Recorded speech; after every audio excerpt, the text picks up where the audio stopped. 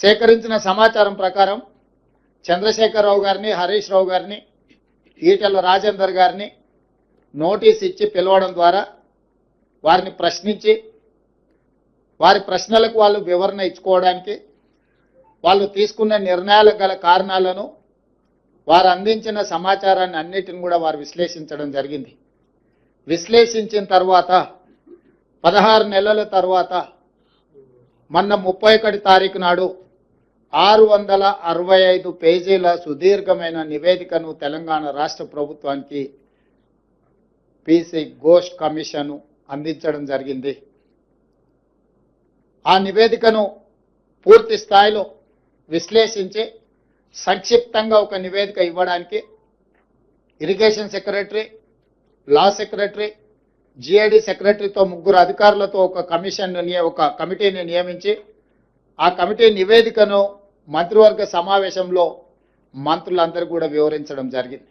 ఇదే కాకుండా 665 పేజీల కమిషన్ నివేదికను ఈరోజు మంత్రివర్గంలో ప్రవేశపెట్టి దాన్ని మంత్రివర్గ ఆమోదం కూడా చేయడం జరిగింది. వాటికి సంబంధించిన సమాచారాన్ని పూర్తి స్థాయిలో మీడియా మిత్రులకు చెప్పాలని మంత్రివర్గ సహచరులందరితోని పత్రికా సమావేశాన్ని ఏర్పాటు చేసి అందులో ఉన్న ప్రధానమైన అంశాలను అన్నిటిని కూడా సాగునీటి పారుదల శాఖ మంత్రివర్యులు ఉత్తమ్ కుమార్ రెడ్డి గారు మీకు సుదీర్ఘంగా వివరించారు. అదేవిధంగా ఆర్థిక మంత్రి, ఉప ముఖ్యమంత్రి భట్టి విక్రమార్క గారు అందులో ఉన్న చాలా విషయాలను మీకు తెలియజేయడానికి ప్రయత్నం చేసింది. వీటి నేపథ్యంలో ఊరు మార్చి, పేరు మార్చి, అంచనాలు మార్చి, అవినీతికి పాల్పడి అక్రమాలకు పునాదులు వేసి నిర్మించిన కాళేశ్వరం ప్రాజెక్టు ఈరోజు కూలిపోయింది. స్పష్టంగా కమిషన్ ఇందులో ఈ వివరాలన్నిటిని పొందుపరిచింది. దానికి సంబంధించిన ప్రజాప్రతినిధులు, ఐఏఎస్ అధికారులు, ఇంజనీరింగ్ నిపుణులు, నిర్మాణ సంస్థలకు సంబంధించి పూర్తి వివరాలను విశ్లేషణాత్మకంగా వారు రిపోర్ట్ ఇవ్వడం జరిగింది.